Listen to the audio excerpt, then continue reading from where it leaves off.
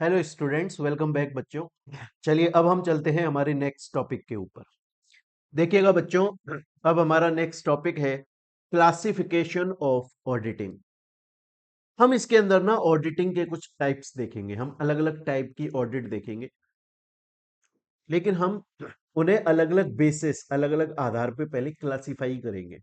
Like for example हम बात करेंगे कि ऑर्गेनाइजेशनल स्ट्रक्चर के बेसिस पे कितनी टाइप की ऑडिट होती है। हम देखेंगे ऑब्जेक्टिव वाइज कितने टाइप की ऑडिट होती है, periodical wise period time period के हिसाब से कितनी टाइप की ऑडिट्स होती हैं, scope wise and subject matter wise. तो बेसिकली हम 5 कैटेगरीज के बेसिस पर क्लासिफिकेशन करेंगे टाइप्स ऑफ ऑडिट का। सबसे पहले जो हम स्टार्ट, बहुत ही सिंपल और बहुत ही मजेदार है ये टॉपिक, मजा आएगा आपको पढ़ने में। सबसे पहले हम देखने वाले हैं ऑर्गेनाइजेशनल स्ट्रक्चर। सबसे पहले प्यारे बच्चों हम देखने वाले हैं ऑर्गेनाइजेशनल स्ट्रक्चर। हम जब बात करते हैं ना ऑर्गेनाइजेशनल स्ट्रक्चर की, तो ऑर्गेनाइजेशन के स्ट्रक्चर के बेसिस पर दो टाइप की ऑडिट हमें देखने को मिलती है। ऑर्गेनाइजेशन के स्ट्रक्चर के बेसिस पर दो टाइप की ऑडिट हमें देखने को मिलती है। कौन कौन सी? एक हमें देखने को मिलती है स्टैट्यूटरी ऑडिट, और एक हमें देखने को मिलती है non statutory audit. Statutory audit and non statutory audit. अब सर ये ऑर्गेनाइजेशन के स्ट्रक्चर के बेसिस पे हमें स्टैट्यूटरी ऑडिट और नॉन स्टैट्यूटरी ऑडिट देखने को क्यों मिल रही है, इसके बारे में अभी हम डिटेल में पढ़ेंगे, तो आपको एक एक चीज क्लियर हो जाएगी, मजा आ जाएगा। बड़े ध्यान से सुनिएगा। क्वेश्चन ये आता है कि सर स्टैट्यूटरी ऑडिट का मतलब क्या होता है। देखिए, ये जो स्टैट्यूटरी शब्द आपको यहां पर दिखाई दे रहा है ना प्यारे बच्चों, इस शब्द का मतलब होता है जरूरी। इस शब्द का मतलब होता है कंपल्सरी। इस शब्द का मतलब होता है मैंडेटरी, जरूरी। देखिए, लॉ के अंदर ना कुछ ऐसे ऑर्गेनाइजेशंस हैं, कुछ ऐसे ऑर्गेनाइजेशन हैं जिनके लिए ऑडिट करना कंपलसरी है, जिनके लिए ऑडिट होना कंपलसरी है।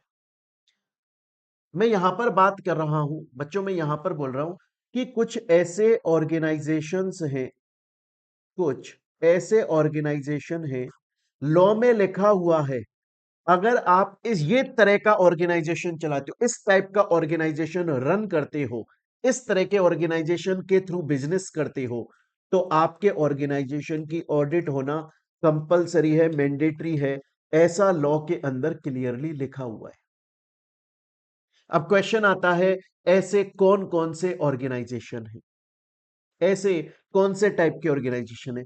जैसे कंपनी, जैसे कंपनी, कंपनी लॉ के अंदर ना, कंपनीज एक्ट के अंदर, कंपनीज एक्ट के अंदर, कंपनी लॉ के अंदर यह क्लियरली लिखा हुआ है कि कंपनीज की फाइनेंस ऑडिट होना कंपलसरी है। लॉ में मेंशन है ये, कंपनी लॉ में लिखा हुआ है कि कंपनीज की कॉस्ट ऑडिट होना कंपलसरी है, कंपनीज की स्टैट्यूटरी ऑडिट होना कंपलसरी है, कंपनीज की टैक्स ऑडिट होना कंपलसरी है। तो अगर आपका ऑर्गेनाइजेशन स्ट्रक्चर कैसा है कि आपने एक कंपनी खोली है, तो लॉ के अंदर लिमिट लिखी हुई है कि अगर आपका टर्नओवर इतना है तो आपकी कॉस्ट ऑडिट होना जरूरी है, आपकी स्टैट्यूटरी ऑडिट होना जरूरी है, आपकी फाइनेंस ऑडिट होना जरूरी है। दूसरा आ जाता है audit of trust. Trust act के अंदर जो हम ट्रस्ट ओपन कर लेते हैं, अगर आपके ऑर्गेनाइजेशन का स्ट्रक्चर ट्रस्ट के नेचर में है, तो उसकी ऑडिट होना कंपलसरी है। इसके अलावा अदर इंस्टीट्यूशंस हैं, जैसे पब्लिक कॉरपोरेशंस। पब्लिक कॉरपोरेशन का मतलब ऐसे कॉरपोरेशन जो पब्लिक एट लार्ज, जनता जनार्दन को सर्विस देते हैं। आरबीआई, एलआईसी, लिस्टेड ऑर्गेनाइजेशन, वो कंपनीज जो स्टॉक एक्सचेंज के ऊपर लिस्टेड है, उनकी ऑडिट होना कंपलसरी है, क्योंकि वो पब्लिक को सर्विस दे रहे हैं। कहीं वो फ्रॉड तो नहीं कर रहे हैं। तो स्टैट्यूटरी ऑडिट, कंपलसरी ऑडिट क्या बोलता है? स्टैट्यूटरी ऑडिट का मतलब होता है कंपलसरी ऑडिट, मैंडेटरी ऑडिट। ऐसे ऑर्गेनाइजेशन जिनके लिए लॉ में क्लियरली मेंशन किया गया है कि अगर आपका ऑर्गेनाइजेशन इस टाइप के नेचर में काम करता है तो उस ऑर्गेनाइजेशन की फलानी ऑडिट होना कंपलसरी है, मैंडेटरी है, जरूरी है।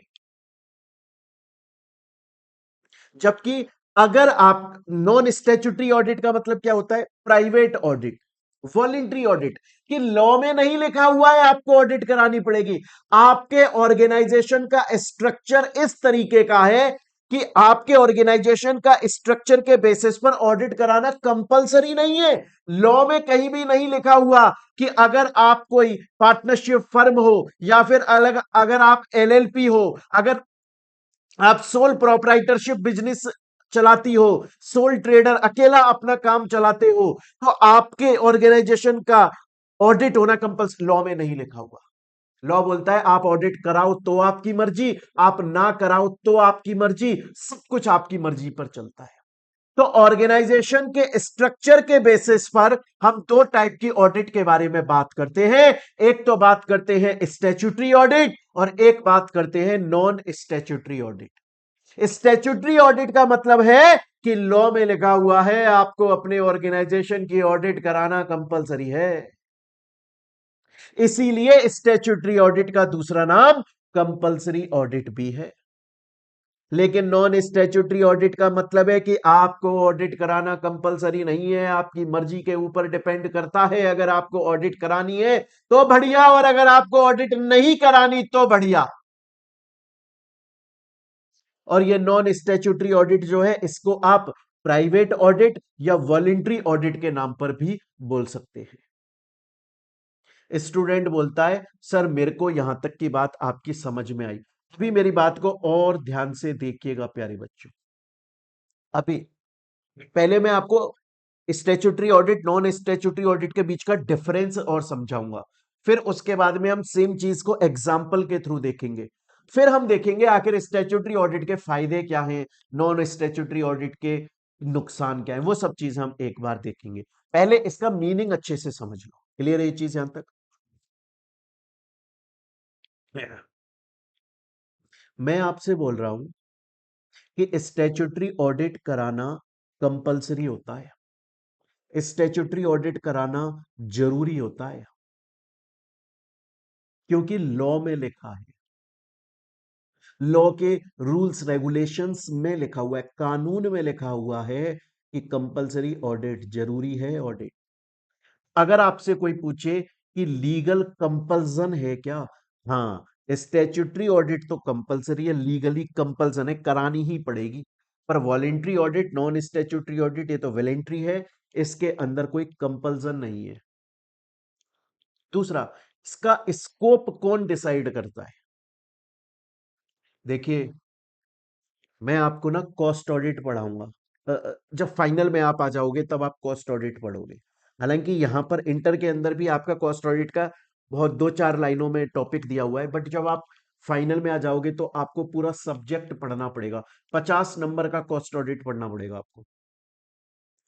उसमें आपको समझ में आएगा कि कॉस्ट ऑडिट कराना कंपनीज के लिए कंपलसरी होता है, और लॉ में लिखा हुआ है, और लॉ में क्लियरली लिखा हुआ है कि जब भी किसी कंपनी के अंदर कोई बंदा कॉस्ट ऑडिटर बनकर आएगा तो उसे कंपनी के फाइनेंशियल स्टेटमेंट्स को चेक करना है, और उसे कंपनी के प्रोडक्ट की कॉस्ट को ऑडिट करना है कि सही कॉस्ट लगी है कि नहीं लगी, कहीं ज्यादा तो कॉस्ट शो नहीं हो रही है। मतलब जब कंपलसरी ऑडिट करने के लिए कोई ऑडिटर आता है तो वो कंपनी के किन किन डॉक्यूमेंट्स को चेक करेगा, कंपनी के किन किन डिपार्टमेंट्स को चेक करेगा, ऑडिट करते वक्त किन किन चीजों को वो चेक कर सकता है, उसके पास में कितनी पावर है, उसका स्कोप क्या है, ये लॉ डिटरमाइन करता है, क्योंकि कंपलसरी ऑडिट है। लॉ बताता है कि ऑडिट करते वक्त इन इन चीजों का ध्यान रखना। जबकि नॉन स्टैट्यूटरी ऑडिट तो वॉलेंट्री ऑडिट है, लॉ में कहीं नहीं लिखा हुआ कि कंपनी ये ऑडिट करा ले। कंपनी अपनी मर्जी से करवा रही है इस ऑडिट को, इसका मतलब कंपनी ऑडिटर के साथ में कॉन्ट्रैक्ट कर रही है। पर्सनली कॉन्ट्रैक्ट कर रही है और ऑडिटर से बोल रही है तुम ना कंपनी के अंदर आके फलाना चेक कर लेना, फलाना चेक कर लेना, फलाना चेक कर लेना, बस उसके अलावा बाकी चीजें चेक मत करना, इसी बात का पैसा मिलेगा। तो कंपलसरी ऑडिट में, स्टैट्यूटरी ऑडिट में ऑडिट का स्कोप लॉ डिसाइड करता है, लेकिन नॉन स्टैट्यूटरी ऑडिट के अंदर ऑडिट का स्कोप कंपनी और जो ऑडिटर है वो आपस में डिसाइड करते हैं। नेक्स्ट आता है क्वालिफिकेशन ऑफ ऑडिटर। ऑडिटर की क्या क्वालिफिकेशन होनी चाहिए? भाई साहब वो लॉ में लिखी हुई है, लेकिन जब वॉलेंट्री ऑडिट होती है तो आप देखोगे तो ऑडिटर की कोई ऐसी खास क्वालिफिकेशन नहीं होती है, क्योंकि लॉ में तो कुछ लिखा हुआ नहीं है। कंपनी अपने हिसाब से जिसको सही मानती है उसको ऑडिटर अपॉइंट कर लेती है। तो ऐसी कोई क्वालिफिकेशन पजेज नहीं करता वो, स्पेसिफिक कोई क्वालिफिकेशन या कहीं से डिग्री ली हुई हो। वॉलेंट्री है, कंपनी को जो अच्छा लगा उससे ऑडिट करवा ली। लेकिन लॉफुल में तो लॉ की टर्म्स कंडीशंस को देखना पड़ता है। ऑडिटर के पास क्या पावर है, क्या ड्यूटी है, ये सब कुछ स्टैट्यूटरी ऑडिट में स्टैट्यूट लॉ डिसाइड करता है, जबकि वॉलेंट्री ऑडिट के अंदर कंपनी डिसाइड करती है। क्वेश्चन आता है कि सर अगर सपोज करो एक कंपनी है और वो कंपनी अपनी स्टैट्यूटरी ऑडिट करवा रहा है, कंपलसरी ऑडिट, तो उसका जो ऑडिटर होगा वो कंपनी का एम्प्लॉय नहीं हो सकता या कंपनी का रिलेटिव नहीं हो सकता, बल्कि वो इंडिपेंडेंट पर्सन होगा। वो एक ऐसा व्यक्ति होगा जिसका कंपनी से या कंपनी की होल्डिंग सब्सिडरी किसी से दूर दूर तक कोई रिलेशन नहीं है, इंडिपेंडेंट पर्सन होगा, ताकि जब वो कंपनी के अंदर आए ट्रू एंड फेयर मैनर में जजमेंट दे सके। लेकिन जब वॉलेंट्री ऑडिट होती है तो उसमें यह कंपलसरी नहीं है कि कोई इंडिपेंडेंट ही होगा। इवन कंपनी के एम्प्लॉय को भी वॉलेंट्री ऑडिट करवा दी जाती है, एम्प्लॉय से बोल तू ही ऑडिट कर दे कंपनी की। तो वॉलेंट्री ऑडिट के अंदर ऐसा कोई इंडिपेंडेंस कंपलसरी नहीं होता।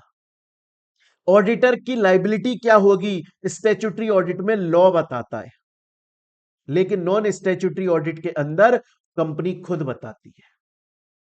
क्लियर है ये चीज यहां तक? स्टूडेंट बोलता है सर मेरे को समझ में आ गया, स्टैट्यूटरी ऑडिट का मतलब है ऐसी ऑडिट जो कि कंपलसरी है बाय लॉ। लॉ बोलता है ऑडिट करानी ही पड़ेगी, लॉ के अंदर रूल्स रेगुलेशन टर्म्स कंडीशन लिखी है, ऑडिटर की क्वालिफिकेशन लिखी है। लेकिन नॉन स्टैट्यूटरी ऑडिट जिसे हम प्राइवेट या वॉलेंट्री ऑडिट बोलते हैं वो कंपलसरी नहीं होता है, कंपनी अपनी मर्जी से करवाती है, कंपनी अपनी मर्जी से ऑडिटर अपॉइंट करती है, अपनी मर्जी से उसकी क्वालिफिकेशन डिसाइड करती है, सब कुछ कंपनी की मर्जी पर चलता है। जैसे एग्जाम्पल के तौर पे देखें, ये कंपनी है प्यारे बच्चों,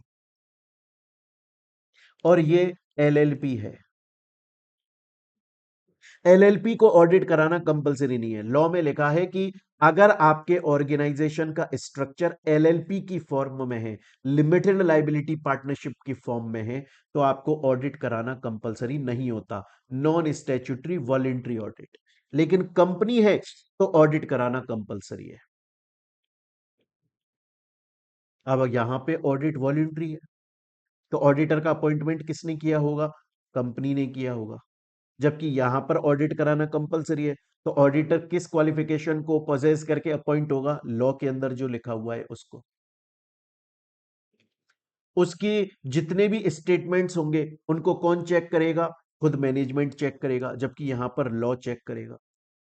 ये अपनी ऑडिट रिपोर्ट किसको देगा? कंपनी के मैनेजमेंट को देगा, जबकि ये अपनी ऑडिट रिपोर्ट किसको देगा? लीगल अथॉरिटी को और शेयर होल्डर्स को देगा। स्टूडेंट बोलता है सर अभी तक मुझे मोटा मोटी दो तीन बातें समझ में आ गई। आपने बोला ऑर्गेनाइजेशन, हम क्लासिफिकेशन ऑफ ऑडिटिंग पढ़ रहे हैं, ऑडिटिंग के अलग अलग टाइप्स देख रहे हैं, लेकिन अलग अलग कैटेगरीज के बेसिस पर देख रहे हैं। आपने जो पहली कैटेगरी हमको बोली सर, वो पहली कैटेगरी है ऑर्गेनाइजेशन का स्ट्रक्चर। ऑर्गेनाइजेशन के स्ट्रक्चर के बेसिस पर आपने स्टैट्यूटरी नॉन स्टैट्यूटरी ऑडिट बोली। स्टैट्यूटरी ऑडिट वो है जिसके लिए ऑडिट मतलब करना कंपलसरी है, जरूरी है। नॉन स्टैट्यूटरी का मतलब है वॉलंटरी प्राइवेट ऑडिट।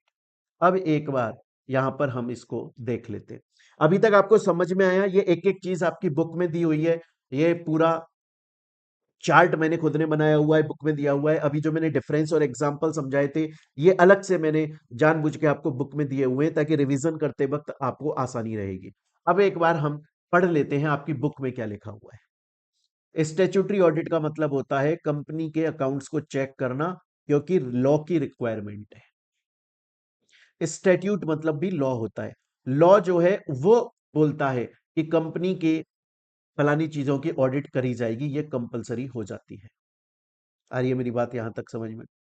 अगर गवर्नमेंट कंपनी है, ऑडिट कौन करता है? सीएजी करता है। ये हम आगे पढ़ लेंगे, वो अलग चीज है, अभी इस पे ध्यान देने की जरूरत नहीं है। मैंने आपको बोला, अगर आपकी कंपनी का स्ट्रक्चर ऐसा है कि आप कोऑपरेटिव सोसाइटी हैं या फिर आप पब्लिक कॉरपोरेशंस हैं, जैसे आरबीआई हो गया या इंश्योरेंस अथॉरिटी, इंश्योरेंस कंपनी हो गई, तो उनकी ऑडिट होना कंपलसरी हो जाता है।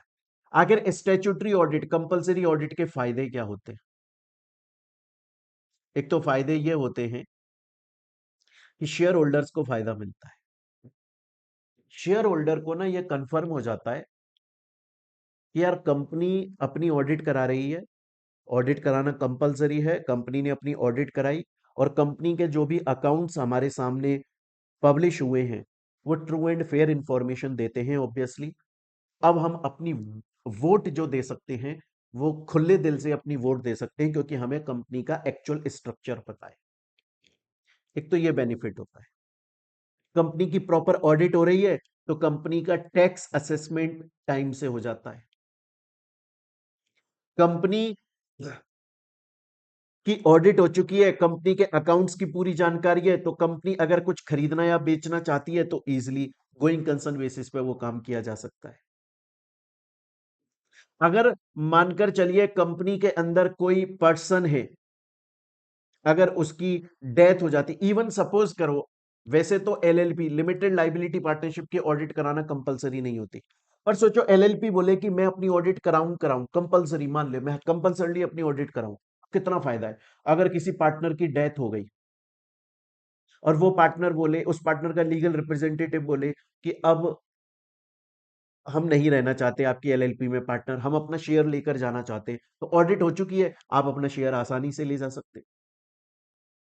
अदरवाइज क्या होता, मान के चलो एलएलपी में 3 पार्टनर है, एक की डेथ हो गई, अब उसका लीगल रिप्रेजेंटेटिव आकर बाकी दोनों से बोलता है मुझे मेरे बंदे का शेयर दे दो, तो वो बोलेंगे पहले हम चेक करेंगे कितना शेयर बनता है, कितना प्रॉफिट है, कितना लॉस है। बट अगर ऑडिट ऑलरेडी हो चुकी है, स्टैट्यूटरी ऑडिट, तो ये सब करने की जरूरत ही नहीं है, ऑलरेडी सभी डिटेल्स आपके पास में अवेलेबल है। इवन सपोज करो कंपनी का केस कोर्ट के पास में चला गया और कोर्ट को अब कोई जजमेंट देना है, क्रेडिटर से रिलेटेड, एम्प्लॉय से रिलेटेड अमाउंट का जजमेंट देना है, बोलेंगे ऑडिट हो चुकी है, हमारे पास में अकाउंट सामने है, कोर्ट की हेल्प मिल रही है। एडवांटेज कितने मिल रहे हैं? शेयर होल्डर को फायदा मिल रहा है, पब्लिक को फायदा मिल रहा है, लीगल अथॉरिटीज को फायदा मिल रहा है, किसी पार्टनर को फायदा मिल रहा है, कोर्ट को फायदा मिल रहा है। अगर आज सपोज करो एक कंपनी है, अगर आज सपोज करिए एक कंपनी है, जैसे एक 1 mg कंपनी है, मेडिसिन की फील्ड में काम करती है ये कंपनी, और एक टाटा कंपनी है। टाटा कंपनी बोली कि यार मैं इस मेडिसिन वाली कंपनी को अपने अंदर मर्ज कर लूं, या मैं इसका टेक ओवर कर लूं, मैं इसको खरीद लूं, ताकि ये 1 mg कंपनी अब टाटा की बन जाए। तो टाटा कंपनी ऐसे ही खरीद लेगी या पहले इसका वैल्यूएशन कराएगी? टाटा कंपनी एमजी कंपनी से 1 mg से बोलेगी तुम अपनी वैल्यूएशन रिपोर्ट मेरे को दो, तुम्हारी औकात तो पता चले मार्केट में क्या है। मुझे तो लग रहा है तुम प्रॉफिटेबल कंपनी हो, सच में हो क्या? जब भी किसी कंपनी का मर्जर होता है, टेक ओवर होता है, कंपनी अपनी लाइफ में कोई भी ऑफर लेकर आती है ना, इवन अगर कंपनी कोई नया पब्लिक ऑफर लेकर आ रही है, पब्लिक में शेयर्स इशू कर रही है ना अगर कंपनी, उससे पहले भी अपना वैल्यूएशन कराती है, ऑडिट कराती है। पता क्यों? कि यार मर्जर हमने अभी तक किया नहीं, उससे पहले कंपनी की वैल्यू क्या है, और जब मर्जर हो जाएगा या जब टेक ओवर हो जाएगा या जब ऑफर पब्लिक ऑफर आ जाएगा या जब कंपनी डिविडेंड इशू कर देगी या जब कंपनी बोनस शेयर इशू कर देगी, जब कंपनी कोई भी काम कर देगी, तो उसके बाद में दोबारा कंपनी का वैल्यूएशन कराया जाता है, दोबारा से कंपनी की ऑडिट कराई जाती है, यह चेक करने के लिए कि हम ये जो ऑफर लेकर आए, मर्जर का, टेक ओवर का, डीमर्जर का, बायबैक का, स्लम सेल का, डिविडेंड का, बोनस शेयर का, आईपीओ का, एफपीओ का, किसी का भी, अगर कंपनी कोई भी ऑफर लेकर आई, तो ऑफर लाने से पहले कंपनी अपनी ऑडिट कराती है, ऑफर लाने के बाद दोबारा से ऑडिट कराती है, चेक करती है ऑफर लाने से फायदा हुआ कि नुकसान, फालतू का इतना पैसा खर्च कर दिया ऑफर लाने में, ये फायदा हो रहा है। देखो ये फायदा हो रहा है, एक्चुअल वैल्यू पता लग रही है। आज सपोज करो मैं एक कंपनी हूं, मैं किसी बैंक या फाइनेंशियल इंस्टीट्यूशन के पास में लोन लेने के लिए जाता हूं, वो बैंक या फाइनेंशियल इंस्टीट्यूशन पता है सबसे पहले क्या बोलेगा? भैया अपनी ऑडिट रिपोर्ट दे दो। बैंक या फाइनेंशियल इंस्टीट्यूशन कंपनी से बोलेगा, हे कंपनी तुम अपनी मुझे ऑडिट रिपोर्ट दे दो, मैं तुम्हारी ऑडिट रिपोर्ट के अंदर चेक करूंगा क्या प्रॉफिटेबल कंपनी हो कि नहीं हो, तुम्हारी ऑडिट रिपोर्ट आखिर क्या बोलती है। फायदा ही फायदा है। किस किस को फायदा नहीं हो रहा है स्टैट्यूटरी ऑडिट से? शेयर होल्डर्स को फायदा हो रहा है, वो अपना डिसीजन ले पा रहे हैं। लीगल अथॉरिटीज को फायदा हो रहा है, वो अपना ऑर्डर दे पा रहे हैं। कोर्ट को फायदा हो रहा है, वो डिस्प्यूट को सेटल कर पा रही है।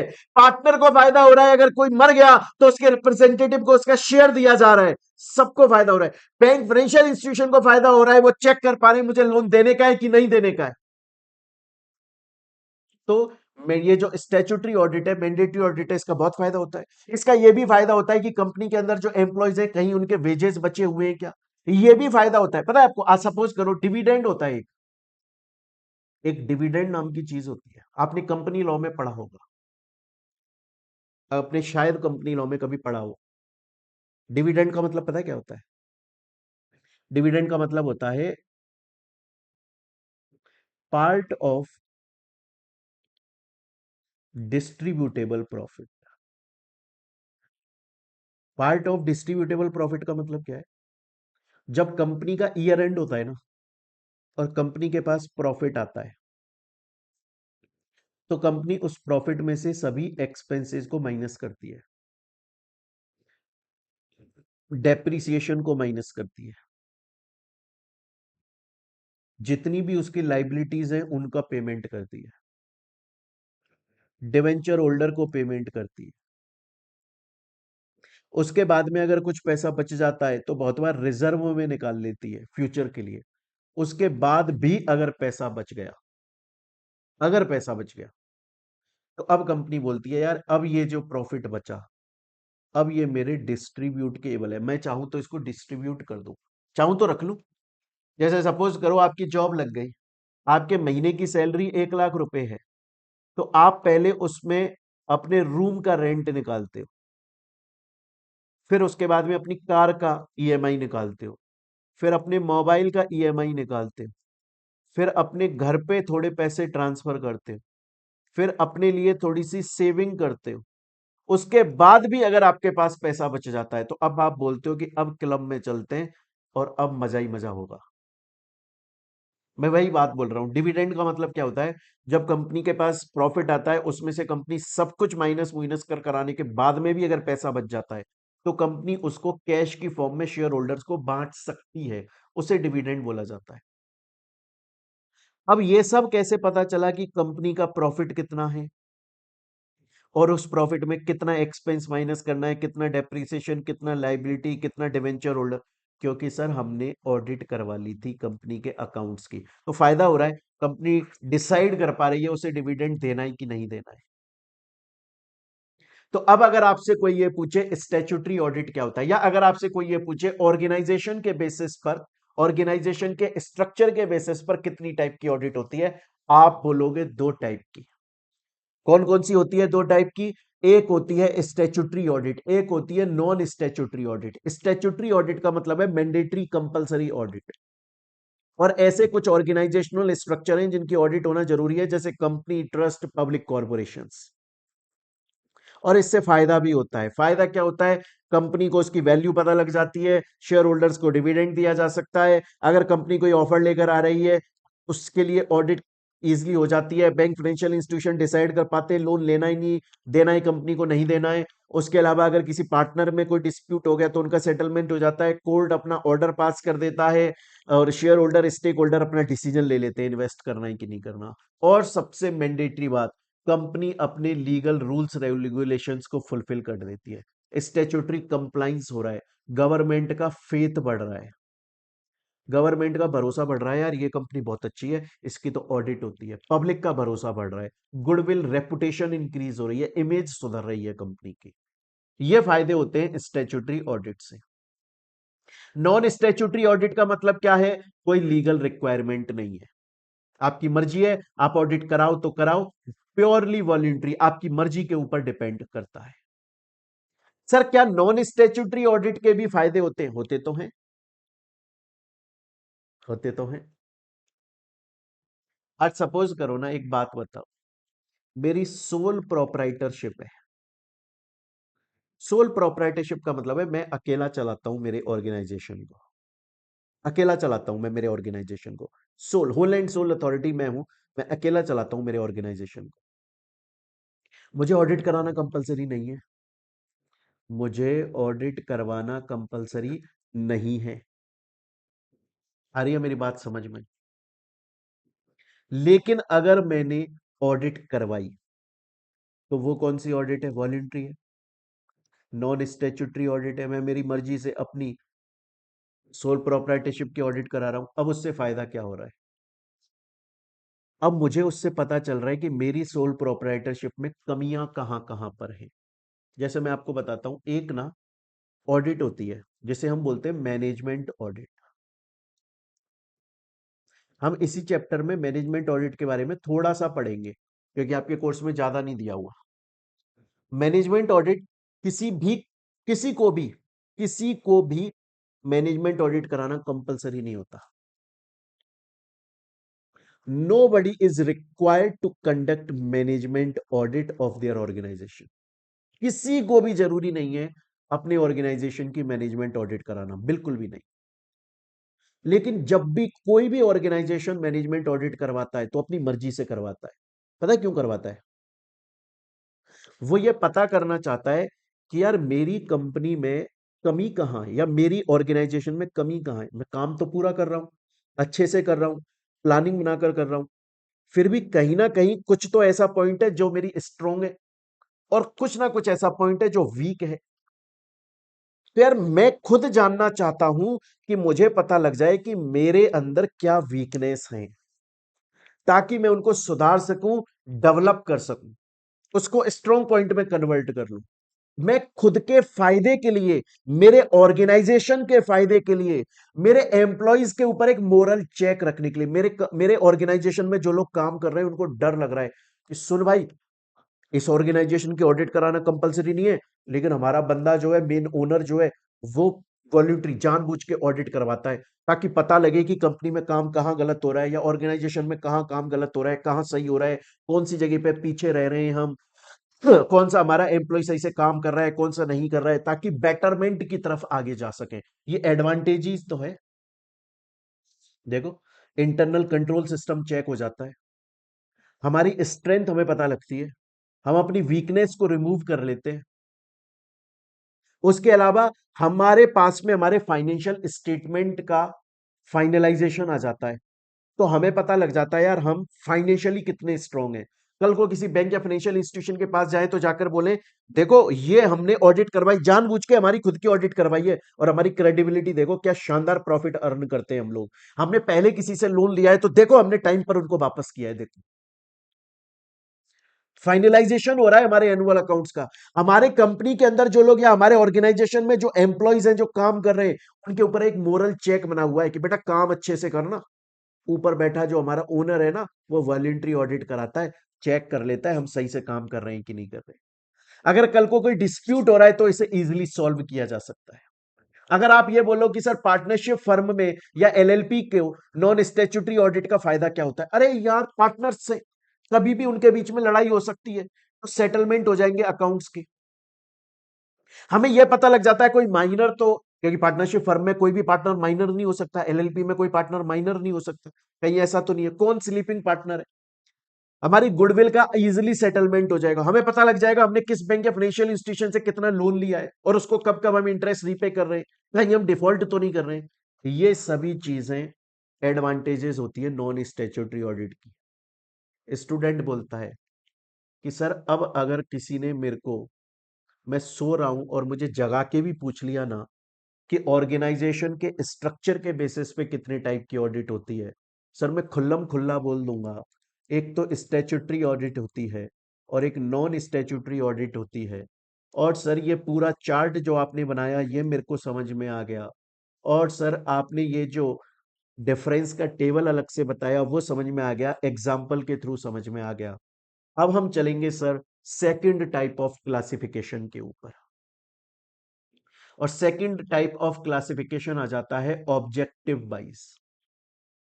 ऑब्जेक्टिव वाइज कितने टाइप की ऑडिट होती है? तो बच्चे ऑब्जेक्टिव वाइज दो टाइप की ऑडिट होती है।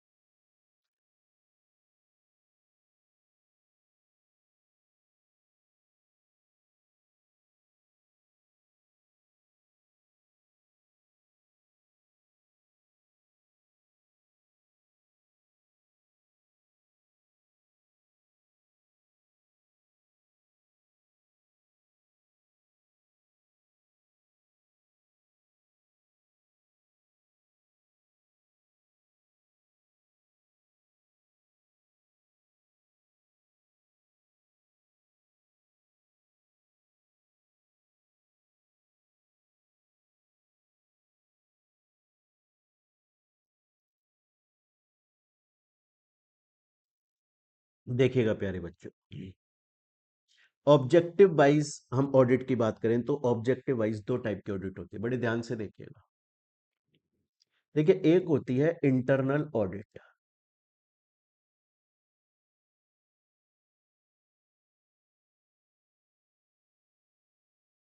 और एक होती है इंडिपेंडेंट फाइनेंशियल ऑडिट।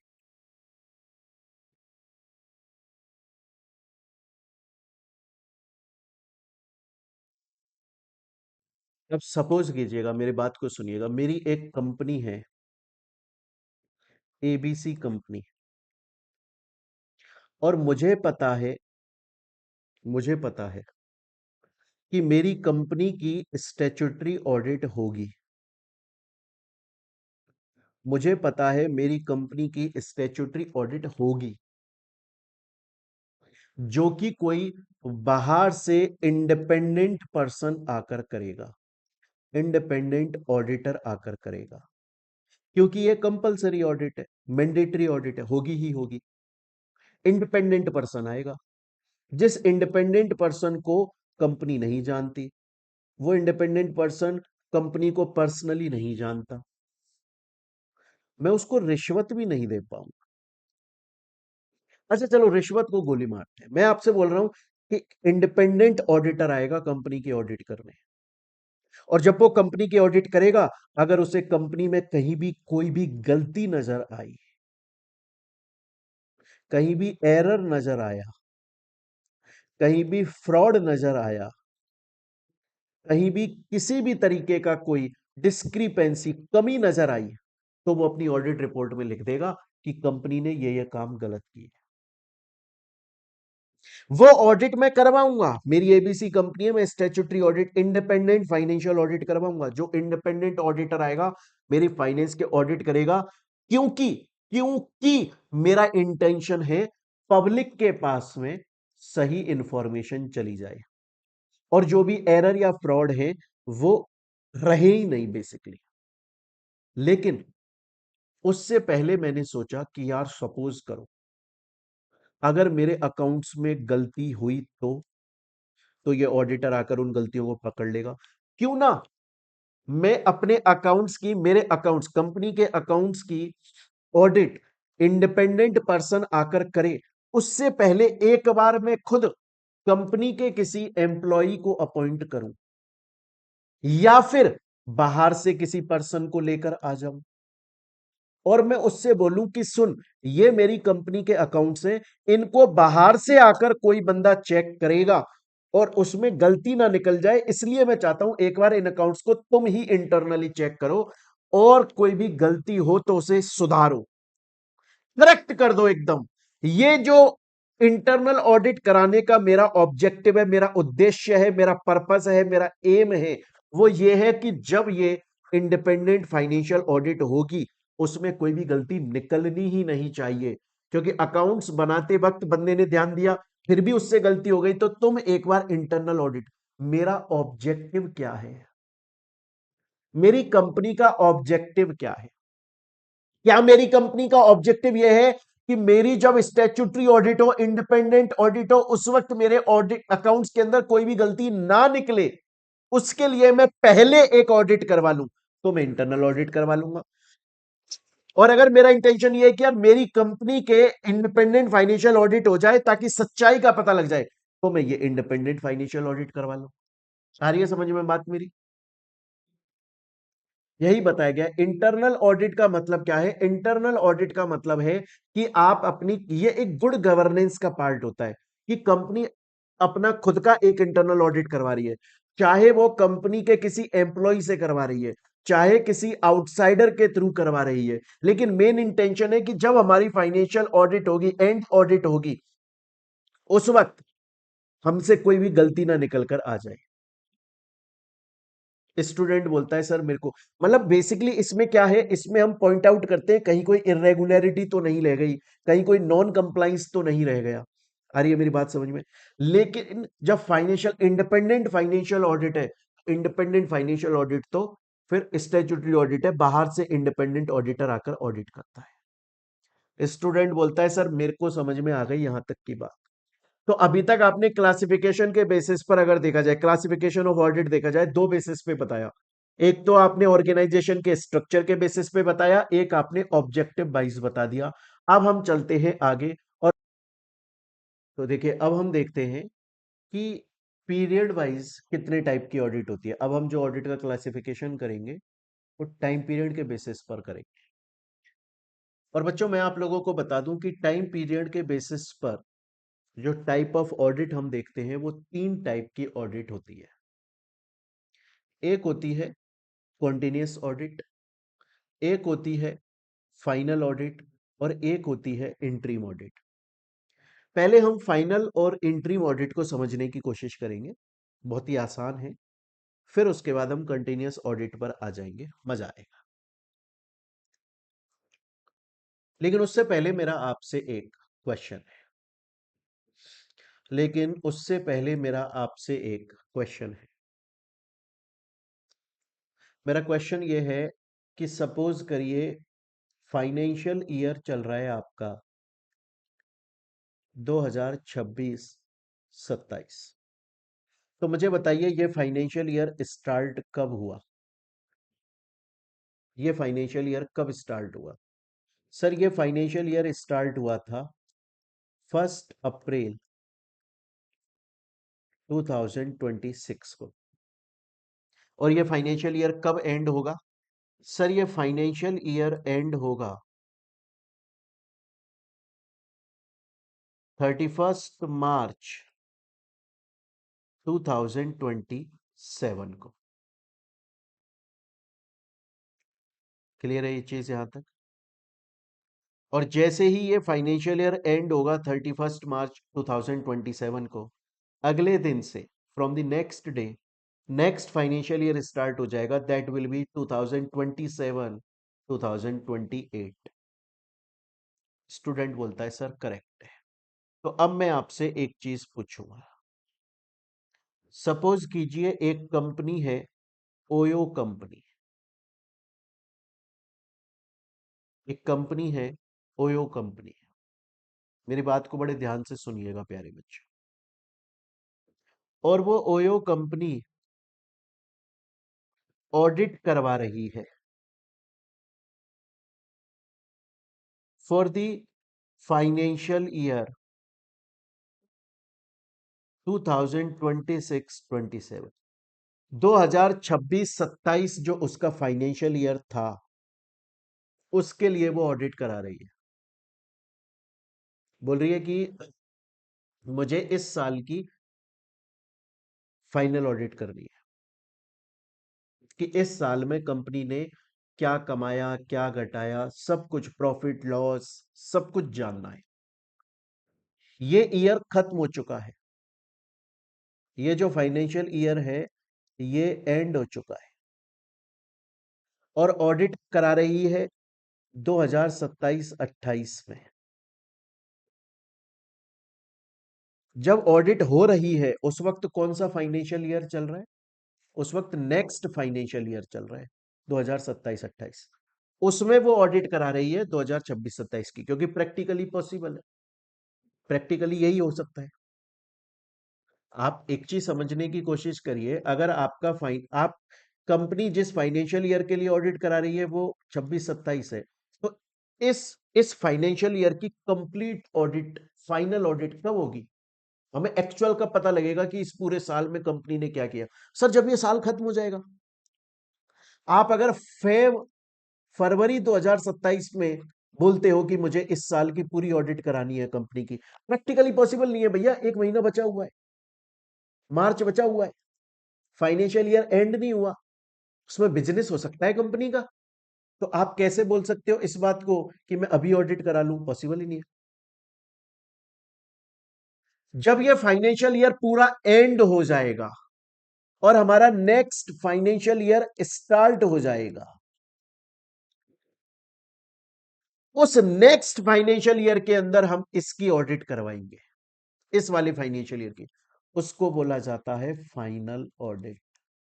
तो सर फाइनल ऑडिट का मतलब क्या हुआ? फाइनल ऑडिट का मतलब है ऐसी ऑडिट जो फाइनेंशियल ईयर, जिस फाइनेंशियल ईयर के लिए हो रही है, उस फाइनेंशियल ईयर के एंड हो जाने के बाद में होती है, उस फाइनेंशियल ईयर के एंड हो जाने के बाद में होती है, उसे बोला जाता है final audit, after the end of that financial year. और अगर मैं आपसे ये बोलूं कि फाइनेंशियल ईयर कौन सा चल रहा है आपका, 2026-27, ये एंड नहीं हुआ, 1 अप्रैल 2026 से 31 मार्च 2027 के बीच में, इन बिटवीन कंपनी अपनी ऑडिट करवा रही है, तो वो फाइनल ऑडिट नहीं है, क्योंकि फाइनल ऑडिट कब होती है? जब ये ईयर एंड हो जाता है तब, जब ये ईयर खत्म हो गया तब। लेकिन कंपनी बोल रही है नहीं, मैं तो इस बीच में ही ऑडिट करवाऊंगी, उसे हम बोलते हैं इंट्रीम ऑडिट, उसे हम बोलते हैं इंट्रीम ऑडिट। तो बेसिकली आप क्या बोलना चाह रहे हो? आप ये बोलना चाह रहे हो सर फाइनल ऑडिट का मतलब है audit after end of financial year. और इंट्रीम ऑडिट का मतलब क्या है? इंट्रीम ऑडिट का मतलब है audit in the year to which it relate, मतलब जिस ईयर से वो रिलेट करता है उसी ईयर के अंदर ऑडिट कराना। या फिर आप ऐसे बोल सकते हो audit between two final audits, दो फाइनल ऑडिट के बीच में जो ऑडिट्स होती हैं उसे इंट्रीम ऑडिट बोलते हैं, बीच में करा रहे हैं। सर ये तो मुझे समझ में आ गया, ये तो मुझे समझ में आ गया, ईयर एंड हो जाने के बाद, ईयर एंड हो जाने पर ही ऑडिट कराना फाइनल ऑडिट। और अगर उस जो ईयर चल रहा है वो अभी एंड नहीं हुआ, उसी ईयर के अंदर बीच में ऑडिट कराई जा रही है, इंट्रीम शब्द का ही मतलब बीच में होता है, उसे बोला जाता है इंट्रीम ऑडिट। ये क्यों कराई जाती है? क्यों कराई जाती होगी प्रैक्टिकली? बहुत सारे रीजन होते हैं, उसका एक मेन रीजन होता है डिविडेंड। अब मैं ये मानता हूं कि डिविडेंड आपने वैसे कंपनी लॉ के अंदर पढ़ा होगा, नहीं भी पढ़ा है तो मैं जल्दी से बता देता हूं। देखो डिविडेंड का मतलब क्या होता है? डिविडेंड का मतलब होता है कि ये पार्ट ऑफ डिस्ट्रीब्यूटेबल प्रॉफिट है। आप लिखना चाहो लिख लो, बाकी कंपनी लॉ का पार्ट है, पर मैं यहां अच्छे से समझाने के लिए, फाइनल ऑडिट इंट्रीम ऑडिट का लॉजिक समझाने के लिए मेरे को ये डिविडेंड कॉन्सेप्ट आपको समझाना पड़ रहा है। डिविडेंड का मतलब क्या है? An amount of money, an amount of money, या एन, ऐसे करो, सॉरी, इसको ऐसे कर लो,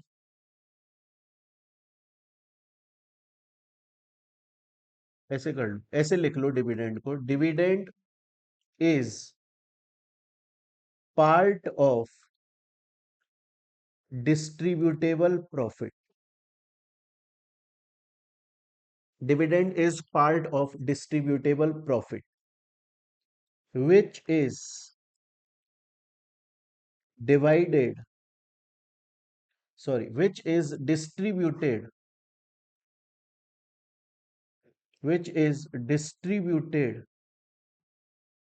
by company to its registered shareholders in the form of cash only, सिर्फ और सिर्फ कैश की फॉर्म में डिस्ट्रीब्यूट कर। बेसिकली होता क्या है ना, मेरी बात को बड़े ध्यान से देखिए। जब कंपनी का ईयर एंड हो जाता है, जब कंपनी का साल खत्म हो जाता है, तब कंपनी अपनी फाइनल ऑडिट करवाती है। फाइनल ऑडिट से उसे पता लगता है कि कंपनी के पास में प्रॉफिट कितना है। ईयर एंड हो जाने पर फाइनल ऑडिट हुई और उसे पता लगता है कि कंपनी के पास में प्रॉफिट कितना है। फिर कंपनी बोलती है कि मेरे पास में इतना प्रॉफिट है, उसमें से पहले मेरे एक्सपेंसेस को माइनस करो, क्योंकि मेरे हाथ में कुछ पैसा आया है तो मेरा जो खर्चा है मैं उसे तो चुका दूं। जितनी लाइबिलिटीज है उन सबको पे ऑफ कर दो। थोड़ा बहुत पैसा रिजर्व में सेव करना चाहे कंपनी तो कर सकती है, लेकिन यह जरूरी है कि प्रॉफिट में से एक्सपेंस, लाइबिलिटीज, इन सबको पेमेंट करना पड़ेगा, यह कंपलसरी है। अब भी अगर कंपनी के पास में प्रॉफिट बच गया, अब भी अगर अगर कंपनी के पास प्रॉफिट बच गया, तो कंपनी बोलती है अब ये प्रॉफिट डिस्ट्रीब्यूट के एबल है, अब मैं इसको डिस्ट्रीब्यूट कर सकती हूं या ना करूं, मर्जी है कंपनी की, करे तो करे, ना करे।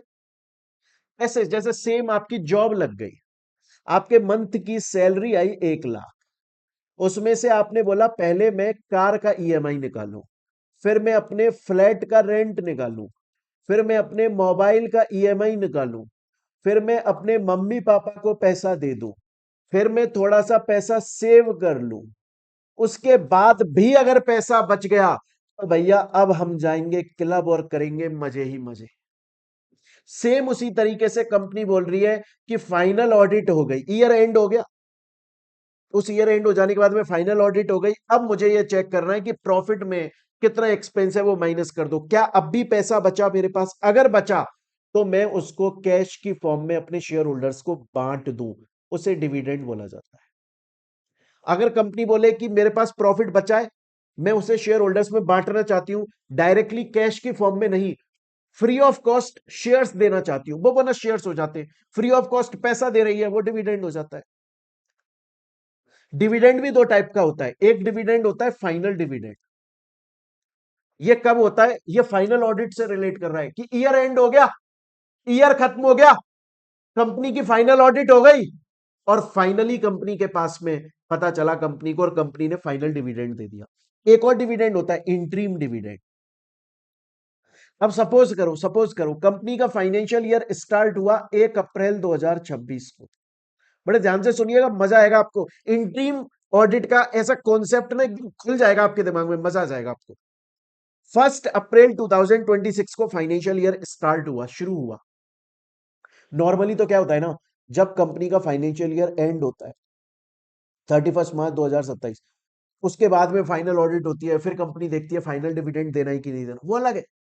यहां पर बीच में पता है कंपनी क्या बोल रही है? कंपनी बोल रही है बाबू मैं अभी पहुंचा हूं अगस्त 2026, सॉरी अक्टूबर 2026, सिर्फ कितना टाइम निकला? अप्रैल, मई, जून, जुलाई, अगस्त, सितंबर और अक्टूबर, 1 2 3 4 5 6 7 महीने निकले हैं।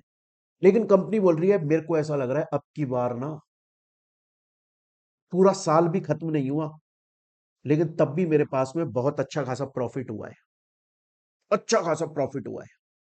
तो कंपनी अपने ऑडिटर से बोलती है कि सुनो,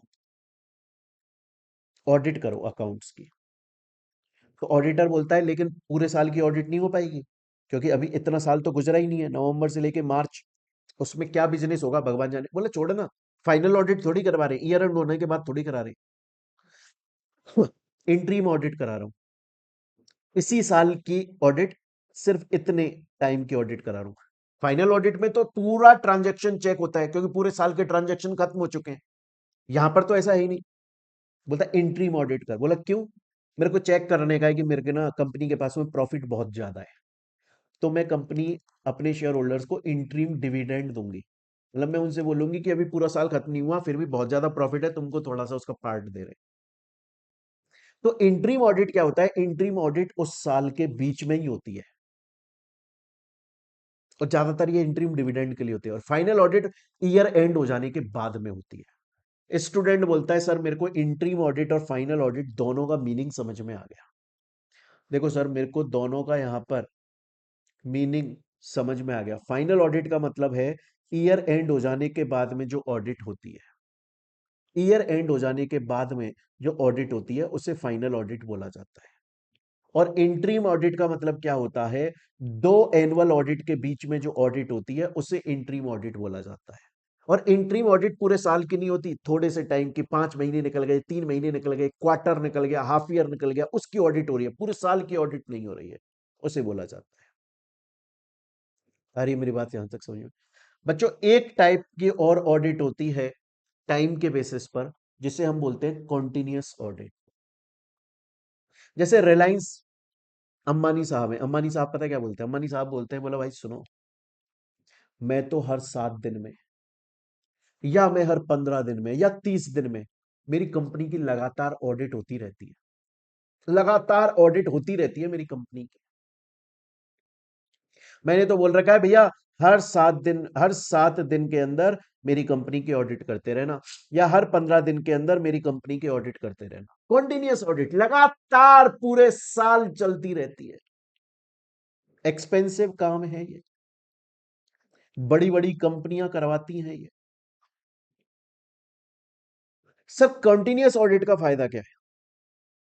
देखो, फाइनल ऑडिट में ईयर एंड हो गया। फाइनल ऑडिट आप समझो कब हो रही है? जब साल खत्म हो गया। अगर साल खत्म हो जाने के बाद में अब आपको पता चला ना, यार उस साल में तो कंपनी ने ये गलतियां कर दी थी, आप उन्हें सुधार नहीं पाओगे। आप उन गलतियों को सुधार नहीं पाओगे, सही नहीं कर पाओगे उन गलतियों को। लेकिन कॉन्टिन्यूअस ऑडिट क्या होता है? कॉन्टिन्यूअस ऑडिट होता है हर, लगातार ऑडिट हो रही है। सपोज करो अप्रैल की ऑडिट हो गई और उसमें कंपनी को अपनी कुछ गलतियां नजर आई, तो भाई साहब वो उसको करेक्ट कर लेगा। वो गलतियां अब वो आगे आने वाले महीने में तो नहीं करेगा ना, कम से कम। ये होता है कॉन्टिन्यूअस ऑडिट। आ रही है मेरी बात समझ में? अब एक बार हम जल्दी से इसको देख लेते हैं। देखो, मैंने आपको बताया फाइनल ऑडिट का मतलब है ईयर एंड हो जाने के बाद में होती है। और बेसिकली फाइनल ऑडिट जो है उसका एडवांटेजेस और डिसएडवांटेज दोनों होते हैं। एडवांटेज क्या है? एडवांटेज एक तो ये है कि कॉस्ट इफेक्टिव है। मतलब ईयर एंड हो गया, उसके बाद में एक बार ऑडिटर को बुलाया, बोला ऑडिट कर दे, एक बार पैसे लेगा, ज्यादा पैसा खर्च नहीं हो रहा, पैसा सेव कर रहा है, पैसा सेव हो रहा है। लेकिन डिसएडवांटेज भी है, क्योंकि ईयर एंड हो गया, अगर उस ईयर में कोई गलती हुई थी तो अब उनको सुधार नहीं सकते हो आप। और बहुत बार आपके ऑडिटेड फाइनेंशियल स्टेटमेंट्स जो हैं उनको शेयर होल्डर्स को रिप्रेजेंट करने में डिले भी हो जाता है। शेयर होल्डर्स बोलते हैं ईयर खत्म हो गया, अब भी नहीं दे रहे। अब बात आती है इंट्रीम ऑडिट। मैंने बोला दो फाइनल ऑडिट के बीच में जो ऑडिट होती है, ये क्यों करी जाती है या क्यों यूजफुल होती है?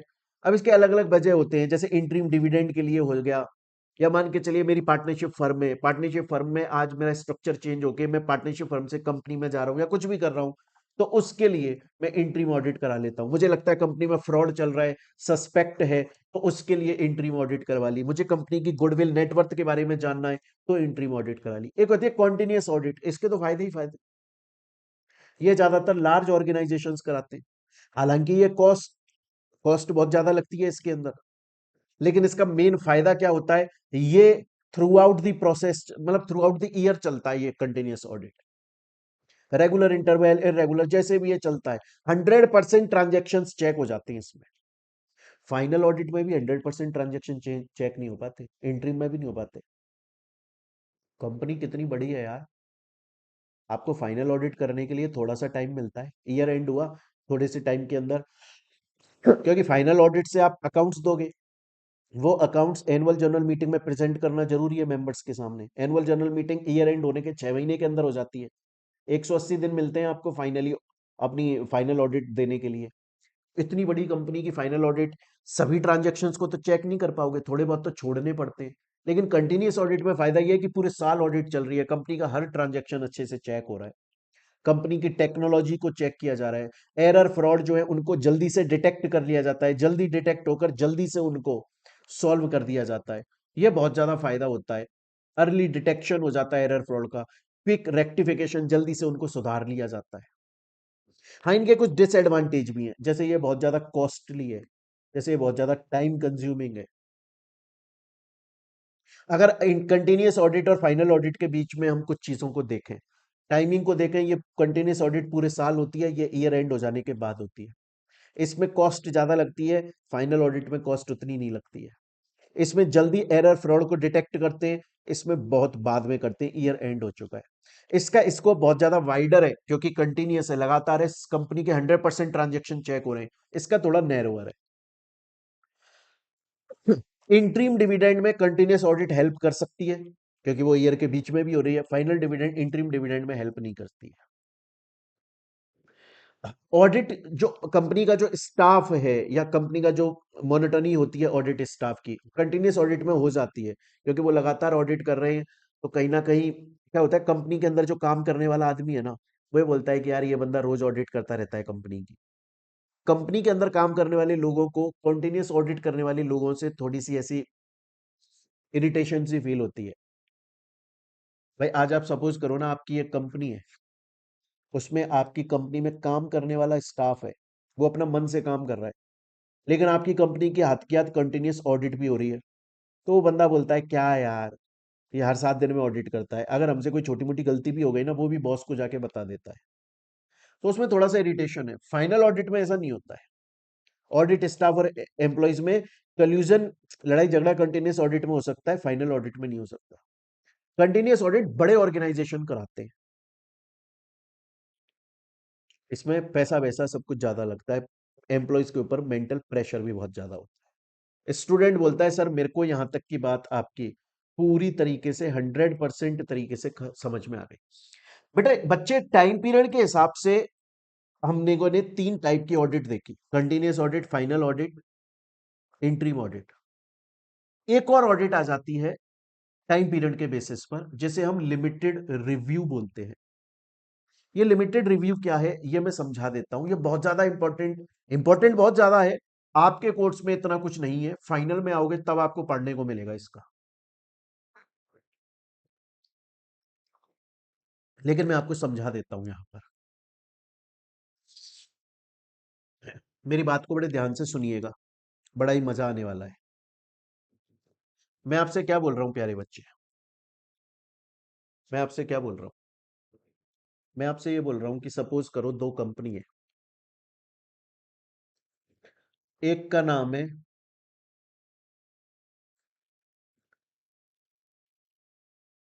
फालतू फालतू कंपनी, और एक का नाम है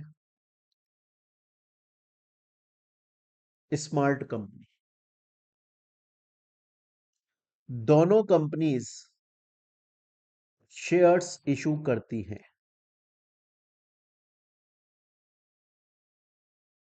और दोनों कंपनीज अनलिस्टेड हैं, किसी भी स्टॉक एक्सचेंज पर लिस्ट नहीं है। अब आप सोचो, अगर कोई कंपनी स्टॉक एक्सचेंज पर लिस्ट नहीं है और वो कंपनी शेयर इशू कर रही है, तो ज्यादा लोगों के पास में तो ये इंफॉर्मेशन नहीं पहुंचती होगी, या मैं ऐसे बोलूं कि इन कंपनीज की बहुत ज्यादा मार्केटिंग तो नहीं हो पाती होगी, पब्लिसिटी तो नहीं हो पाती होगी, और ज्यादा लोग इनके शेयर को खरीद भी नहीं पाते होंगे। क्यों? क्योंकि स्टॉक एक्सचेंज पे लिस्ट नहीं है ना। तो जब भी शेयर का इशू लेकर आती होगी, तो कितने लोगों तक ये इंफॉर्मेशन पहुंचा देती होगी कंपनी? कैसे पहुंचाएगी? न्यूज़पेपर में, अपने एरिया के न्यूज़पेपर में डलवा लेगी, या तो अपनी, मेनली तो अपनी सिटी में डलवाएगी, सिटी में नहीं तो पूरे डिस्ट्रिक्ट में डलवा लेगी, जिले में, चलो पूरे स्टेट में डलवा देगी। फिर भी बहुत ज्यादा लोगों तक तो नहीं पहुंच पा रहे, थोड़े बहुत कहीं ग्रुप्स ग्रुप्स में बता देंगे। तो कंपनी शेयर इशू कर रही है, दोनों कंपनी अनलिस्टेड है, लेकिन ज्यादा शेयर होल्डर्स नहीं उनके हैं, क्योंकि ज्यादा लोगों को पता नहीं चल पाता है कंपनी शेयर इशू कर रही है। लेकिन स्मार्ट कंपनी ने क्या बोला, स्मार्ट कंपनी बोली कि मेरे को चाहिए कि मैं large number of share holders मेरे हो जाएं, large number of share holders मेरे हो जाए, और उसके लिए मैं स्टॉक एक्सचेंज के ऊपर लिस्ट होना चाहती हूं।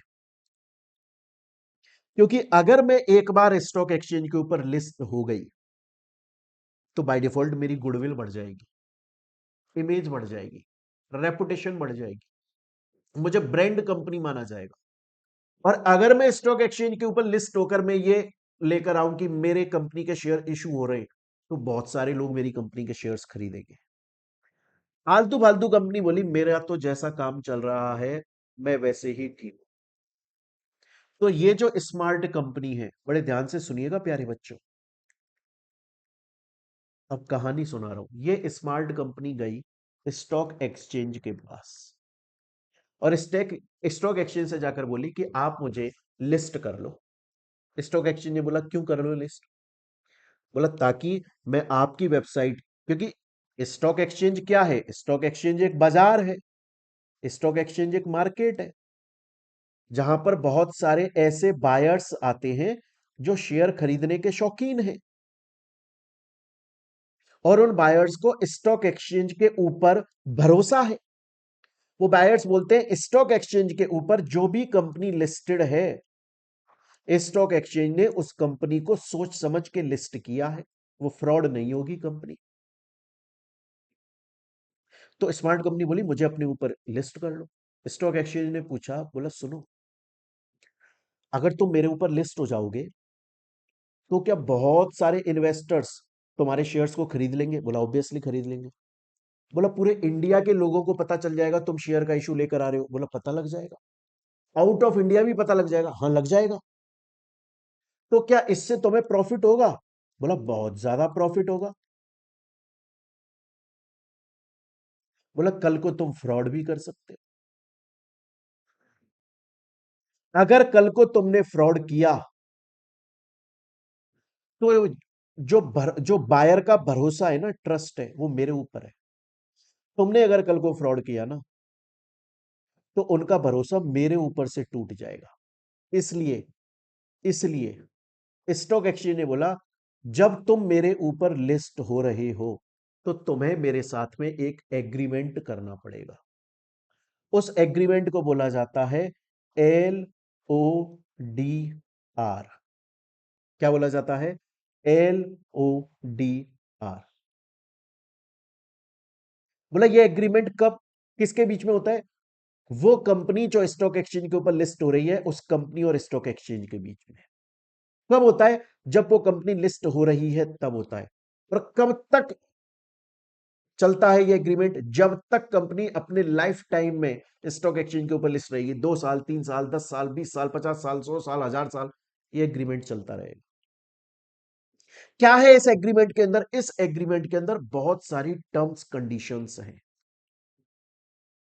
बहुत सारी टर्म्स कंडीशन है, कि अगर कोई कंपनी जो लिस्टेड कंपनी है, उसको क्वार्टर एंड होने के इतने दिन के अंदर अंदर अपना रिजल्ट, फाइनेंशियल रिजल्ट्स पब्लिश करने पड़ेंगे। बेसिकली इस एग्रीमेंट का नाम क्या है? Listing obligation. कि जब कंपनी लिस्ट हो रही है तो उसकी ऑब्लिगेशन है ये एग्रीमेंट करना, डिस्क्लोजर, और उसे बहुत सारे डिस्क्लोज रिक्वायरमेंट, बहुत सारी चीजें डिस्क्लोज करनी पड़ती है। इस एग्रीमेंट को करने का बेसिक इंटेंशन यह है कि क्योंकि पब्लिक ने तुम्हारे अंदर पैसा लगाया है, तो तुम्हें सभी चीजों की ट्रांसपेरेंसी रखनी पड़ेगी और डिस्क्लोजर देता रहना पड़ेगा कि मेरी कंपनी में इतने शेयर होल्डर्स हैं, मेरी कंपनी में इतने प्रमोटर्स हैं, मेरी कंपनी में शेयर होल्डिंग पैटर्न में ये चेंज आया है, मेरी कंपनी के ये फाइनेंशियल स्टेटमेंट है। इन सभी चीजों का तुमको तुम्हारी ऑफिशियल वेबसाइट तक होना कंपलसरी है। ये तक लिखा है इस एग्रीमेंट। अब पता है, अभी तक मैंने आपको सिर्फ ये समझाया एलओडीआर क्या होता है। अब देखो एलओडीआर के अंदर ना बहुत सारे क्लॉजेज आते हैं जिनको हम टर्म्स कंडीशन बोलते हैं। जैसे एलओडीआर के अंदर एक क्लॉज आता है, क्लॉज नंबर 33। पता है वो क्लॉज क्या बोलता है? वो क्लॉज बोलता है कि हर लिस्टेड कंपनी को अपने हर क्वार्टर एंड होने के 45 दिन के अंदर, अपने हर क्वार्टर एंड होने के 45 दिन के अंदर अपना फाइनेंशियल रिजल्ट पब्लिश करना पड़ता है, चाहे ऑडिटेड चाहे अनऑडिटेड। अब सपोज करो ना यार, एक लिस्टेड कंपनी है, कितने क्वार्टर आ रहे हैं एक साल में? सर 4 क्वार्टर आते हैं, अप्रैल से, अप्रैल मई जून, जुलाई अगस्त सितंबर, अक्टूबर नवंबर दिसंबर, और जनवरी फरवरी मार्च। हर क्वार्टर एंड होने के 45 दिन के अंदर फाइनेंशियल रिजल्ट पब्लिश करना है। और लास्ट वाला क्वार्टर, जब ये लास्ट क्वार्टर एंड हो रहा है तो इसमें फाइनेंशियल ईयर भी एंड हो रहा है। इसके लिए 60 दिन मिलते हैं कि 60 दिन में इस वाले क्वार्टर के भी रिजल्ट को पब्लिश करो और पूरे साल के रिजल्ट को भी पब्लिश करो। अब एक चीज बताओ यार, फाइनेंशियल वो क्वार्टर एंड हुआ, उसके 45 दिन के अंदर अंदर कंपनी का ऑडिटर कंपनी के उस की पूरी ऑडिट करे और ऑडिट रिपोर्ट बनाए, तो मैं नहीं लग रहा प्रैक्टिकली थोड़ा सा कम पॉसिबल है ये। तो बहुत बार क्या होता है, ऑडिटर ना ऑडिट भी करता है कि यार ये जो क्वार्टर में तुम्हारे फाइनेंशियल रिजल्ट है, चलो मैं उनकी ऑडिट कर दूं, लेकिन वो पूरे ट्रांजैक्शन में नहीं जा पाता, लिमिटेड रिव्यू कर पाता है कि मैं थोड़े थोड़े ट्रांजैक्शन का ऑडिट करके और फिर ऑडिट रिपोर्ट बना रहा हूं। इसे बोला जाता है लिमिटेड रिव्यू। ये सिर्फ लिस्टेड कंपनीज के लिए है। तो अब ये बात समझ में आई? देखो वो फुल फ्लेज्ड ऑडिट नहीं कर पा रहा है, वो रेस्ट्रिक्टेड स्टडी कर पा रहा है कंपनी के बुक्स की, इसलिए बोला जाता है कि ये लिमिटेड रिव्यू है। तो अगर एग्जाम में क्वेश्चन आ जाए लिमिटेड रिव्यू क्या है, जनरली जो लिस्टेड कंपनीज होती हैं वो एलओडीआर के क्लॉज 33 के हिसाब से उन्हें हर क्वार्टर एंड होने के 45 दिन में अपना रिजल्ट पब्लिश करना होता है, और ईयर एंड हो जाने लास्ट वाले क्वार्टर में 60 दिन उनको मिलते हैं बेसिकली। तो ऑडिटर की ये मजबूरी बन जाती है कि वो पूरा अच्छे से ऑडिट नहीं कर सकता क्योंकि उसके पास में टाइम पीरियड कम है, इसीलिए वो लिमिटेड रिव्यू करता है कंपनी के अकाउंट्स का और उनके हिसाब से ऑडिट करके दे देता है। फुल फ्लेज्ड ऑडिट नहीं हो पा रही है। स्टूडेंट बोलता है सर आज की क्लास में आपने क्लासिफिकेशन ऑफ ऑडिट स्टार्ट किया, आपने मुझे एक तो बताया स्ट्रक्चर के ऑर्गेनाइजेशन के स्ट्रक्चर पे, स्टैट्यूटरी नॉन स्टैट्यूटरी समझ में आया, फिर आपने मुझे ऑब्जेक्टिव वाइज इंटरनल और इंडिपेंडेंट फाइनेंशियल ऑडिट समझाया, एंड देन उसके बाद में सर आपने मुझे पेरियोडिकल बेसिस पर 3 टाइप ऑफ ऑडिट समझाई, continuous, interim and final audit, और लास्ट में लिमिटेड रिव्यू। यहां तक सर मुझे 100% तरीके से क्लियर हो गया। अभी ये चैप्टर बच्चों बचा हुआ है, अभी ये चैप्टर खत्म नहीं हुआ है, अभी ये चैप्टर बचा हुआ है। नेक्स्ट क्लास के अंदर हम अलग स्कोप वाइज देखेंगे कि स्कोप वाइज किस तरह की ऑडिट होती है। देन उसके बाद में फिर हम स्कोप वाइज जब खत्म हो जाएगी ना तो छोटी छोटी सेपरेट ऑडिट हमें पढ़नी है। कोशिश करेंगे नेक्स्ट क्लास के अंदर हम इस चैप्टर को एंड कर दें। तो मिलते हैं स्टूडेंट्स हम लोग अपनी नेक्स्ट क्लास के अंदर। Till then thank you, take care प्यारे बच्चों।